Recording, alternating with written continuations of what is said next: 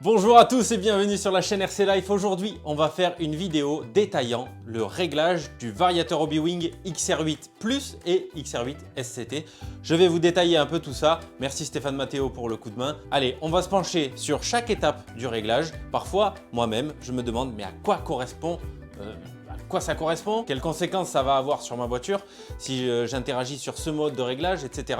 Eh bien tout ça on va le détailler ensemble et dorénavant après cette vidéo vous allez tout savoir sur le variateur XR8 Plus et SCT.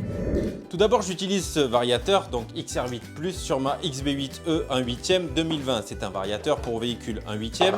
Le voici, je l'utilise depuis déjà un petit moment et j'en suis très content. Le variateur Hobbywing XR8 Plus est un variateur 150 ampères que l'on retrouvera sur de nombreux modèles de compétition. Attention, il n'est pas waterproof.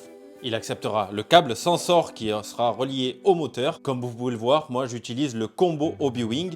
Donc là j'ai le Xerun 4274 de chez Hobbywing en 2250 kV, accompagné comme je vous le disais de son variateur XR8 Plus de chez Hobbywing. Alors les réglages, pour régler un variateur Hobbywing XR8 Plus, déjà mettre la voiture sur cale. Ici, vous avez la prise du ventilateur, donc la prise qui alimente le ventilateur.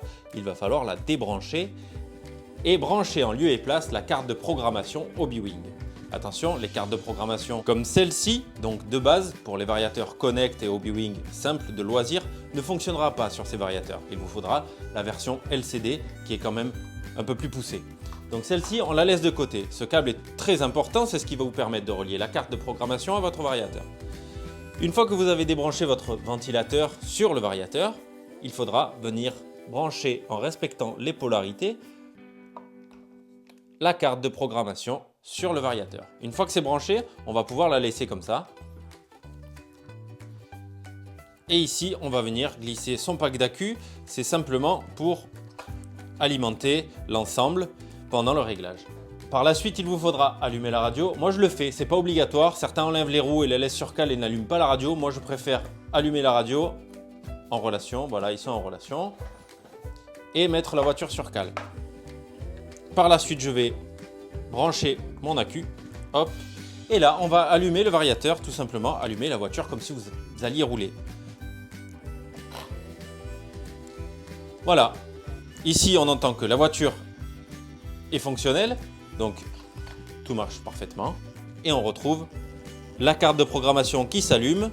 Si vous appuyez sur Item, le petit bouton Item, il va vous dire Connecting ESC. Please wait. S'il vous plaît, attendez. Ça, c'est mon côté anglais, américain. Je parle super bien anglais. Voilà, on arrive dans le premier mode, Running Mode. Alors, Running Mode, qu'est-ce que c'est? Le Running Mode, c'est une sélection du type d'utilisation. Alors, 1, vous avez marche avant et frein. En 2, vous avez marche avant, marche arrière et frein. En 3, vous avez marche avant, marche arrière sans frein. Donc comme vous pouvez le voir, moi je suis en mode 2, j'ai marche avant, marche arrière et frein. Si je voulais changer, on va changer sur Value, le bouton Value ici. Hop, et on passera en marche avant et marche arrière. Et en mode 1, marche avant et frein. Et là on revient à mon mode initial, marche avant, marche arrière et frein. Donc si vous voulez par exemple choisir le mode 2, on va appuyer sur Value pour sélectionner le type qu'on veut et après on va appuyer sur le petit bouton OK, ce qui va valider Save Data OK, ça validera votre choix. Et ce sera pareil pour tous les modes.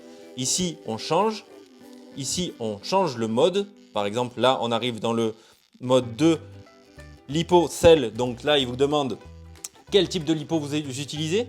Moi, je suis en 4S, donc on ne va pas changer. Mais si je voulais passer en 6S, hop, je change en appuyant sur le bouton Value. Et là, je dirais OK. Ce n'est pas le cas, je reste en 4S et je préfère lui dire que je resterai en 4S. Donc, je vais rester. Voilà, vous avez aussi le mode auto-calculation. Moi, j'aime bien lui dire je reste en 4S, je suis un mec carré. Voilà, considère qu'on reste en 4S. Donc, c'est ce que je lui dis. Hop, 2S, 3S, 4S, OK. Save Data OK, c'est-à-dire qu'il a pris en compte. Et ce sera donc pareil pour tous les modes. Alors, en ce qui concerne la suite, pour le mode 3, nous avons Cut-Off Volt. Alors là, il vous demande quand est-ce qu'il veut couper, quand est-ce que vous lui donnez l'ordre de couper la voiture pour pas trop descendre vos batteries. C'est une coupure du contrôleur afin de préserver la batterie. Alors 1, vous avez le choix de désactiver, qui est fortement déconseillé. En 2, vous avez le mode automatique, donc là c'est lui qui va choisir. En 3, c'est à vous de déterminer le voltage que vous souhaitez. Je suis à 13 volts 7. En 4, qu'est-ce qu'on va pouvoir retrouver? ESC Thermal, c'est-à-dire la protection. ESC Thermal, protection coupure thermique du contrôleur. Alors en 1, vous avez 105 degrés. En 2, vous avez 125 degrés. C'est beaucoup trop. Franchement, je vous le déconseille. Et en 3, désactivé. Alors ça, hormis la compétition, je le déconseille vraiment. Moi, personnellement, je reste en mode 1, 105 degrés. Donc ça, c'est le 4e mode, 105 degrés. En 5, qu'est-ce qu'on retrouve? Motor thermal. Donc là, on est sur la détection de température du moteur. Ça s'appelle la coupure thermique du moteur. Ça fonctionne seulement avec l'utilisation du capteur. En 1, vous pourrez la désactiver. En 2, vous arrivez à 105 degrés et lui, il coupera quand vous avez le capteur. Et en 3, vous avez 125 degrés. Encore une fois, il faut le capteur, donc le petit fil qui va se relier du variateur au moteur pour pouvoir utiliser cette fonction. En 6, nous arrivons à Motor Rotate. Alors CCW. Le sens de rotation du moteur, à savoir que si l'on utilise un moteur sans capteur et que le réglage n'existe pas, par exemple sur un autre type de contrôleur, il suffit d'inverser 2 phases du moteur. Donc les 2 câbles là, tac tac, 2 phases. En utilisation avec un capteur, les phases doivent être toujours en corrélation entre le moteur et le variateur. Moi, je resterai sur le mode 1 CCW. Vous pouvez changer le sens de rotation ici en faisant value CW ou alors en revenant normal comme moi j'étais. Donc le 7, cette fois-ci, c'est le bec voltage. Alors moi, vous voyez que je suis en 7,4. On peut changer la value 6 volts ou 7,4. Ça concerne la tension d'alimentation du bec, donc être sûr que son récepteur et son cerveau et tous les autres accessoires que vous allez mettre sur la voiture acceptent le 7,4 V, sinon vous allez tout griller. Pour le brake force, c'est le freinage, la force de freinage. Donc moi je suis à 100% et du coup je vais régler sur ma radio, baisser et ajuster via la radio. Mais vous pouvez interagir bien sûr sur le variateur. Donc ça concerne le réglage de puissance de freinage. On peut mettre 50%, 75% et ensuite réduire au niveau de l'EPA du frein de la radio. Petit conseil, choisissez plutôt 75% ou 100% et diminuez via la radio. Comme ça, c'est pas lui qui bride, c'est la radio et vous pouvez interagir en conduisant si vous voyez selon le circuit sur lequel vous êtes. Passons maintenant sur le 9, le reverse force, c'est la force de marche arrière tout simplement. Alors moi je lui ai mis 25%, j'ai pas vraiment besoin de beaucoup de puissance du tout même en marche arrière, c'est juste pour me sortir d'un rondin ou alors d'un tankage ou pour se remettre sur la piste. Donc moi je lui ai mis 25%, vous voyez que vous pouvez monter jusqu'à 50%, 75% et 100%. Ça c'est uniquement pour les gens qui font du speedrun en marche arrière. J'en connais pas beaucoup et je vous conseille 25%. Passons donc sur le niveau numéro 10, le punch, level 4. Je suis en level 4. Le punch c'est donc la puissance à la réaccélération, reprise pour les thermiciens. On a tendance à en rajouter quand on est un peu court sur les sauts. Attention, ça ne favorise pas la motricité. C'est même voire plus difficile à contrôler et ça fait chauffer un peu plus. Donc, on perd en autonomie quand on en rajoute. Là, on va rentrer dans les réglages un peu plus compliqués. Donc, ça va un peu se corser et je vais essayer d'être vraiment pédagogue et que ce soit facile à comprendre. Ici, on va rentrer dans le drag brake. Moi, je suis à 0%. Le drag brake, c'est le frein moteur. C'est le ralentissement forcé de la voiture. Même à 0%, certains moteurs électriques ont plus ou moins de roue libre. Ça, c'est vraiment un réglage perso. On arrive maintenant sur le cost. Ça, c'est vraiment une impression bizarre au début, alors que ce paramètre recrée une roue libre style thermique. Perso, je suis pas fan du tout en buggy. On a l'impression que la voiture reste accélérée. On va dire, moi j'évite. Je sais pas si en buggy c'est beaucoup utilisé. Peut-être avec des moteurs fortement aimantés ou 6 pôles. En tout cas, en piste, ça a son intérêt pour ne pas trop déséquilibrer la voiture du relâchement des gaz. Pour ceux qui maîtrisent pas trop le frein de filet, le filet de gaz. On passe maintenant sur la suite. Le neutral range. Moi, je suis à 9%, donc le item 2. Le neutral range, ça va augmenter la précision de la gâchette autour du neutre. En gros, plus c'est bas, plus la gâchette est sensible. J'ai toujours mis 9% et j'ai laissé surtout comme ça, donc là on est à 9%, ça convient, mais dans quelques années on passera peut-être sur 10 ou 12% quand on sera vieux et qu'on tremblera, mais ça c'est pour Voilà à quoi ça sert. Donc 14, maintenant Drive Mode. Moi, j'utilise un moteur Hobbywing qui est en relation avec mon variateur. Sachez que les moteurs Connect K8 Elite sont aussi en relation avec ces variateurs Hobbywing, donc ils sont en corrélation parfaite avec ces variateurs et vous pourrez utiliser le câble Sensor sans aucun problème.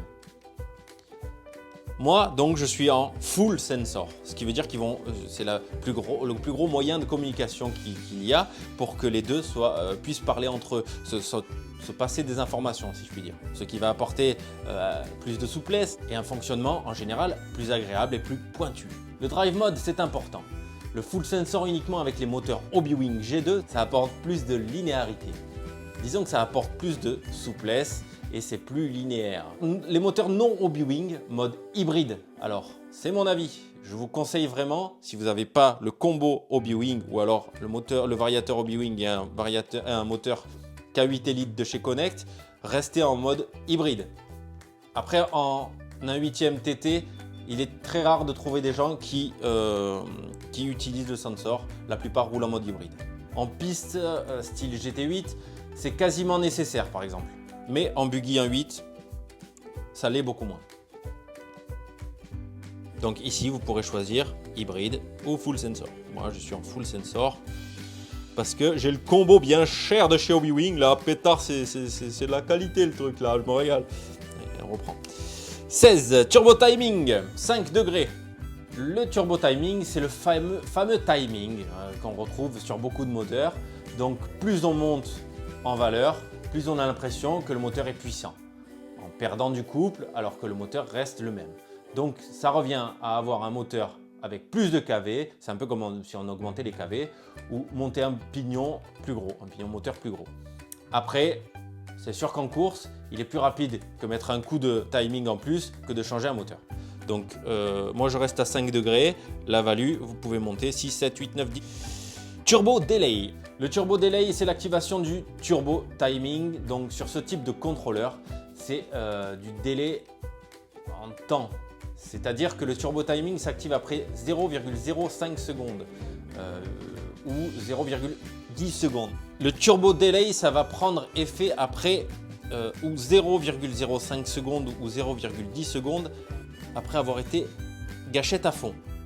Donc ça ne va pas marquer tout de suite. Il faut, par exemple, vous rentrez dans la ligne droite, vous tirez à fond et là, il va attendre un certain délai et là, il envoie le turbo.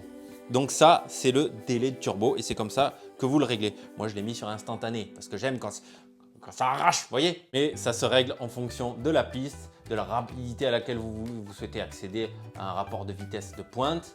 Voilà, donc c'est à vous après de gérer ça. Et on arrive à la fin les amis, Restore Default. Donc là, si vous faites OK, ça va effacer tous les réglages que vous avez fait. Ça remet l'origine. Moi, je ne vais pas le faire. Donc on arrive à la fin. On avait un total de 17 réglages possibles sur ce variateur XR8 Plus de chez Hobbywing. Et ici, donc, hop, on revient au numéro 1. Voilà, vous savez tout sur le réglage. Donc maintenant, pour le débrancher, eh bien, on va éteindre la voiture, tout simplement. La carte s'éteint. On retire la carte, on éteint la radio et on va rebrancher son petit ventilateur, bien utile. Et on enlève maintenant la lipo. Et voilà, vous savez tout sur le variateur XR8 Plus et SCT. Ce variateur sera aussi compatible avec les moteurs K8 Elite. Bon là c'est le K1 Elite mais de chez Connect. J'espère que j'ai été assez clair dans mes explications. C'est assez dur de rester pédagogue pendant assez longtemps et bien expliquer. N'hésitez pas à corriger mes erreurs si j'en ai fait, ça arrive à tout le monde, dans les commentaires, à partager cette vidéo si vous l'avez trouvée sympa et bien sûr vous abonner à la chaîne RC Life. Je vous dis à très vite pour de prochaines vidéos. Prenez soin de vous les amis. Ciao.